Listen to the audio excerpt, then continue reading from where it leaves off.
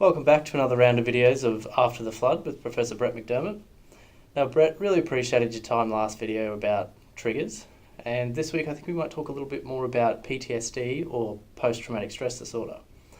So Brett, I might start with, the understanding of PTSD. Now to me personally, the first thing I think of is a military environment, but that's not quite true, is it? Well, kind of yes and no. I mean, definitely people in the military can get PTSD. There's no doubt about that. And, we've heard, and in fact, some of the first descriptions of PTSD were in fact after the Vietnam War, and that's where the term comes from.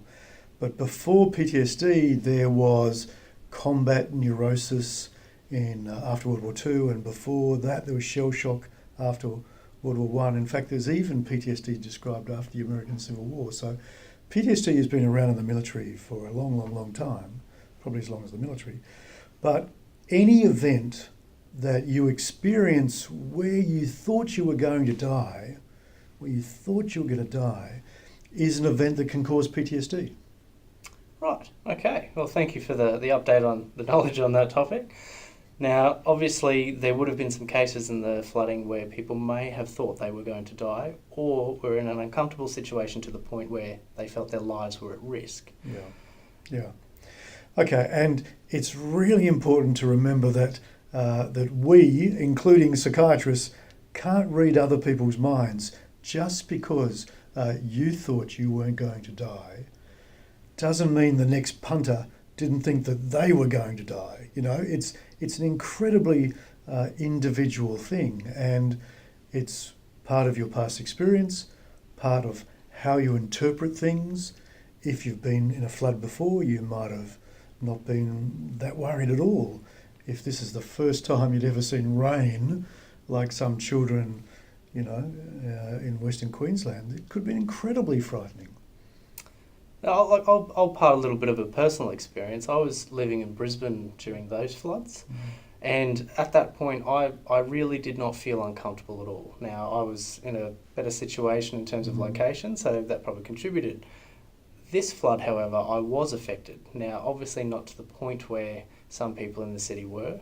However, I did see some kind of response a few weeks after the flood where I was a bit uncomfortable, a little bit elevated in some situations. Now, personally, I think that has passed, and that goes back to one of our earlier videos around keeping an eye on those responses.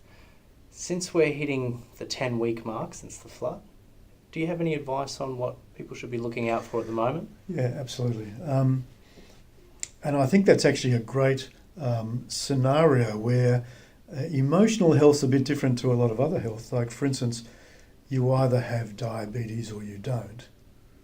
Even in that example, there's some people that are on the threshold of diabetes. But in mental health, in PTSD, you can have one of the major symptoms or two of the major symptoms, or a professional can say you meet all the criteria.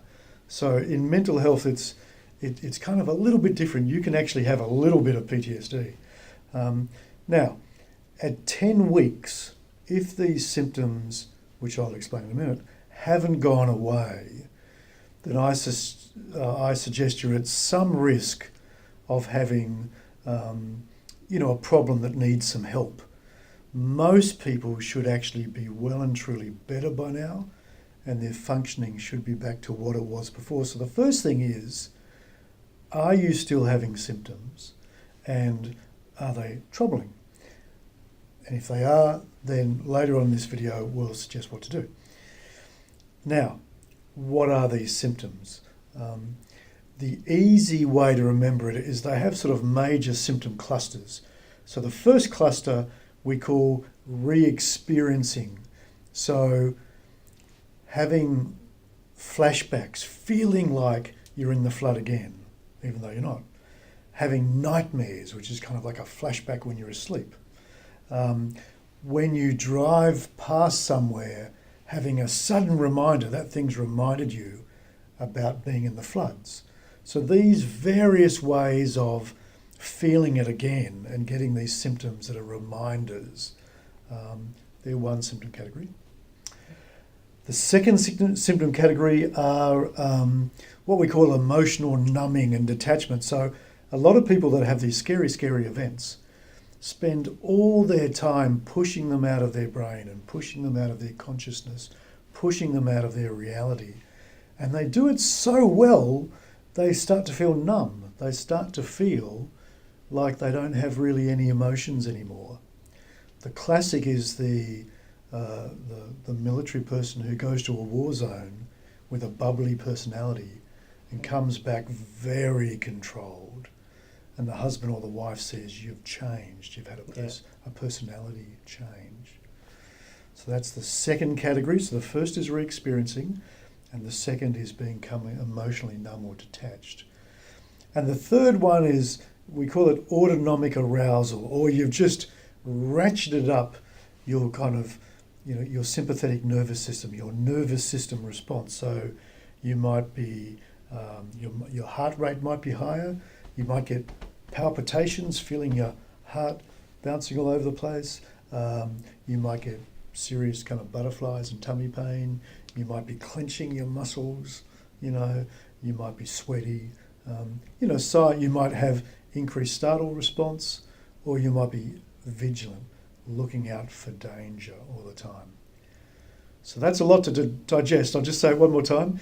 You might be having re-experiencing, like flashbacks and nightmares.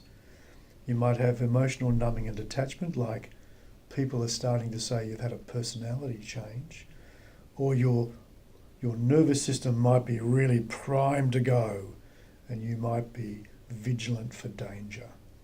Right, thank you for that, Brett. Now, I'd like to particularly focus on the third point.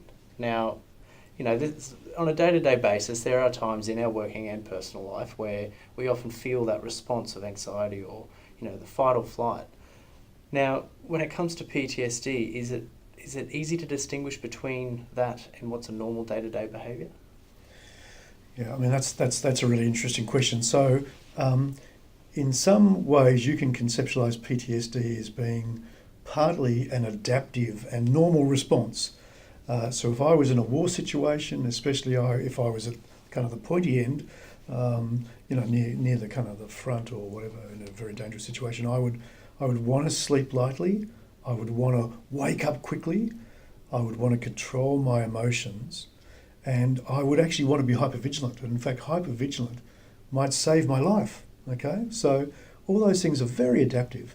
PTSD is primarily a problem if you still have all of those symptoms, but the life-threatening event is now 3 months ago or 10 weeks ago, and it's not consistent with the fact that you're now very, very safe. So the two reasons why PTSD is kind of worthy of being treated is one, if you're still like this months later, and two, if it causes impairment. So if people are saying that you've had a major personality change and you're not enjoying life anywhere near as much, but also if you've stopped going out, if you're avoiding things because of anxiety, I mean, they're the reasons to be treated for PTSD. Now, if there was somebody out there who did feel these things right now and was starting to identify maybe it's gone on a little too long, what would be your suggestion in terms of a first step of moving towards this? Okay. Well, in terms of the first step, you can get online, and there's some very good web-based resources to check the symptoms you're experiencing, and things like Beyond Blue, have very good checklists about these kind of symptoms. Don't forget, using the internet, make sure it's a .edu or a .gov. It's a reputable kind of website. So that's one thing you can do. Of course, general practitioners, we're very lucky in Australia. We have fantastic quality GPs, and GPs are very knowledgeable about mental health. You can see your GP and you can say, there are some words that immediately make you think of PTSD. If you said to a GP, I think I'm having flashbacks, the GP is going to open their kind of, their part of their brain that says, check for the symptoms of PTSD. So I think you could certainly go to a GP. If you're a younger person, under the age of 25, you can go to Headspace. But they're the very first things that I would do. Now, we did post recently on our Facebook page some bulk billing clinics as well to access a GP if you do feel like you'd like to discuss these things. Now, Brett, before we go, is there anything else you'd like to add about PTSD? Well, I think, this video has a lot of content. So I think next week or the next video we'll talk about the treatment of PTSD. But the good news about PTSD is there's actually some very, very good treatments for it. There are some very good practitioners, and because, of course, we do have a military presence in Townsville, there's actually some very skilled people at treating PTSD. And again, it doesn't matter what the kind of like traumatic event was, the treatment's the same, so that's really good. And also it's something that generally isn't very responsive to medication. It's something you get therapy for. So and that's a good thing. You will, if you need some treatment, you'll learn some new skills which will help you for your feelings about the flood, but also can be used more broadly. So it's very, very treatable, and there's good treatments for it. Well, thank you again. Really appreciate your time over this past couple of months, Brett. It has been extremely informing, and we have had a lot of activity on the videos itself. So I'm hopeful that the people of the Townsville community are enjoying these as well. Now, if you'd like to submit a comment or a suggestion in terms of a video, please like, comment, and even subscribe to this channel for further updates. Thank you, and happy Easter. Thanks very much.